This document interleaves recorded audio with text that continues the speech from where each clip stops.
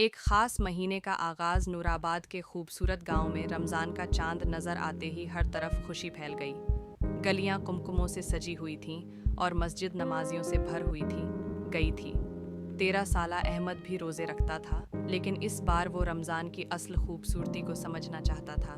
ایک شام افطار کے بعد اس نے اپنے دادا سے پوچھا، ہے دادا ابو، رمضان اتنا خاص کیوں ہوتا ہے؟ دادا مسکرائے اور کہا، بیٹا، رمضان صرف روزے کا نام نہیں، بلکہ صبر، دعا اور اللہ کے قریب ہونے کا مہینہ ہے، اور اس میں سب سے ضروری چیز 5 وقت کی نماز ہے۔ احمد غور سے سننے لگا۔ 5 نمازوں کی اہمیت۔ اگلی صبح احمد نے اپنے والد کے ساتھ فجر کی نماز ادا کی۔ مسجد میں سکون اور ٹھنڈی ہوا تھی۔ امام صاحب نے قرآن کی تلاوت کی، جس سے احمد کے دل کو عجیب سی خوشی ملی۔ فجر ایک نئے آغاز کی نماز ہے، اس کے والد نے کہا۔ یہ ہمیں یاد دلاتی ہے کہ ہر دن اللہ کی ایک نعمت ہے۔ دوپہر کو جب احمد اسکول سے واپس آیا تو ظہر کی اذان ہوئی۔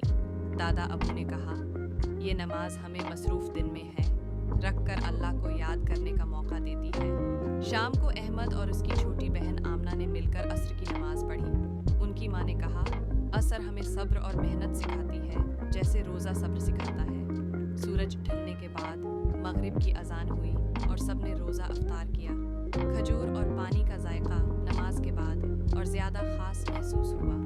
رات کو عشاء کی نماز کے وقت مسجد روشنیوں سے جگمگا رہی تھی۔ دادا ابو نے سرگوشی میں کہا، عشاء کی نماز ہمیں دن کے اختتام پر اللہ کا شکر ہے ادا کرنا سکھاتی ہے۔ ایک چیلنج۔ ایک دن احمد بہت تھک گیا اور فجر کے وقت نہیں جاگا۔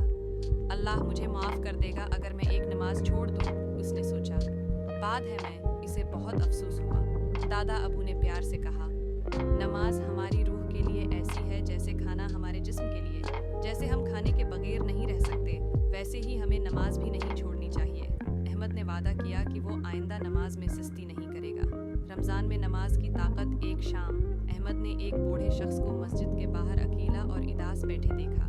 وہ فوراً گھر گیا، کھانے کا ایک پیکٹ لیا اور بوڑھے شخص کو دے دیا۔ بوڑھے شخص کی آنکھوں میں خوشی کے آنسو آ گئے۔ اللہ تمہیں ہمیشہ خوش رکھے بیٹا۔